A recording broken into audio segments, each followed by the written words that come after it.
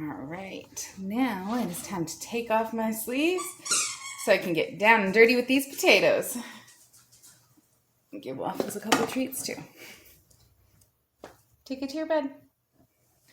So I've got my potatoes all warmed up and peeled. You can always leave the peels on if you're looking for some extra minerals in there. I'm gonna put my hand mixer together and start mashing these guys.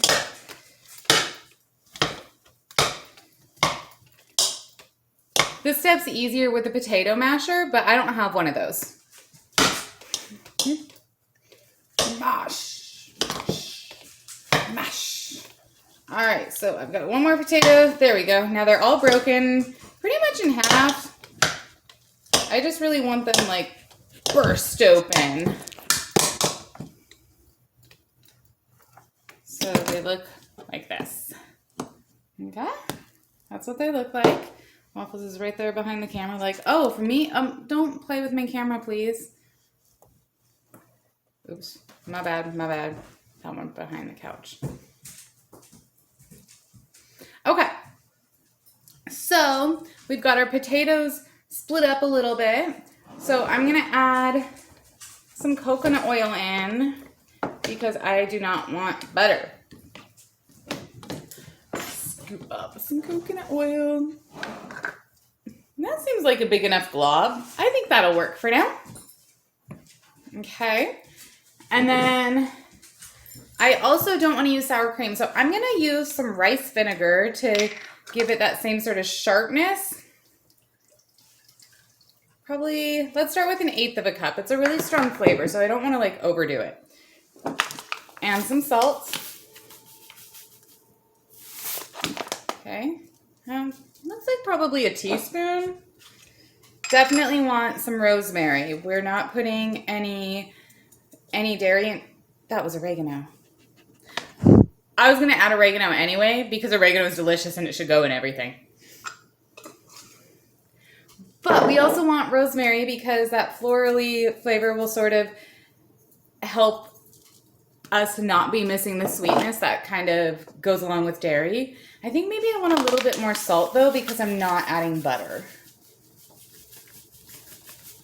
Woo! I don't need this big huge chunk of salt though. All right, and then we are not having any butter. Oh my goodness. I should have opened this first because my fingers are all oily now and it's a little bit more challenging. Okay, cool.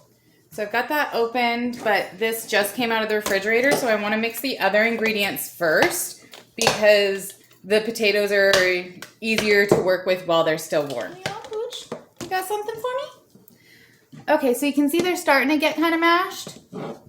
But really, it's got like the consistency of like cottage cheese right now.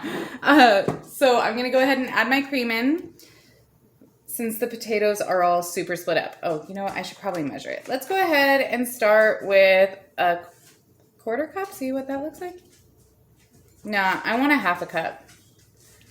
So we'll put a 1/2 cup of our Silk Ultra in there. I like the Silk Ultra because it's thicker than soy milk. It just has a nice thick consistency that kind of reminds me of like coffee creamer. So if it's doing this kind of stuff where it's going all the way up the mixer, then I could probably add some more cream because they're really thick.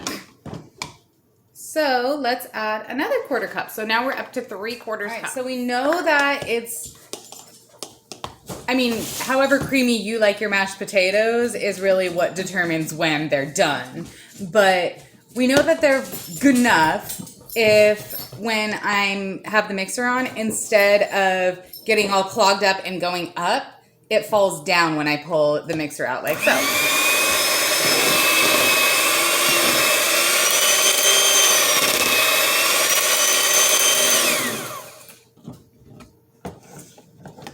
So now our mashed potatoes are done. They're delicious. I do want to put some pepper in there. I like to freshly crush my pepper because it gives it the freshest and most robust flavor. So I'm going to put probably, oh crap, not that many. Nope, definitely not that many. I was thinking maybe like 5 to 7 peppercorns in here. Oh, okay, well now that's 3. You know what, let's just scoop a couple out. 4, 5, 6, 7, cool. So put 7 peppercorns in there. Crush each one before I try to muddle them.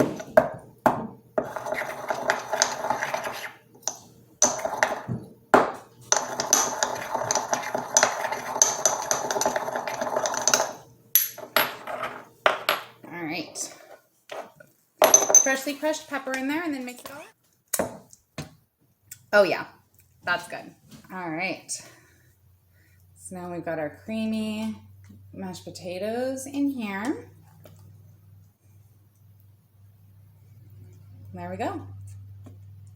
Easy mashed potatoes, super creamy, 100% vegan, and they actually have a lot of protein in them. So thank you so much for watching. Please like and subscribe below. Next time we're going to be making some gravy to go on top of these. So I already knew an easier way to peel potatoes without wasting any of the potato flesh itself was to boil the potatoes first and then peel straight off. But it was always really hot and I hurt my hands. And then I accidentally left the potatoes out and forgot about them while Waffles and I went on a walk. And it was like kismet, because what I learned is that even when they're cold, you can just rub the peel right off. Isn't that great? So way easier. And it's way easier than just taking a potato peeler and knife and peeling away for hours and hours. And you don't waste a whole lot of the potato itself by peeling and cutting away the flesh itself. We still have, like, this is what the inside of the skin looks like when we peel it off. Ooh, we are getting there. Okay, get off there. These are really starting to get there.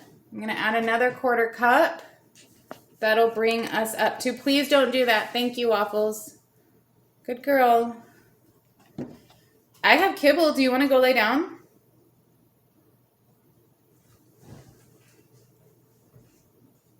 Down. Good girl. All right. Add another 1/4 cup. So now we are up to 1 cup of soy milk.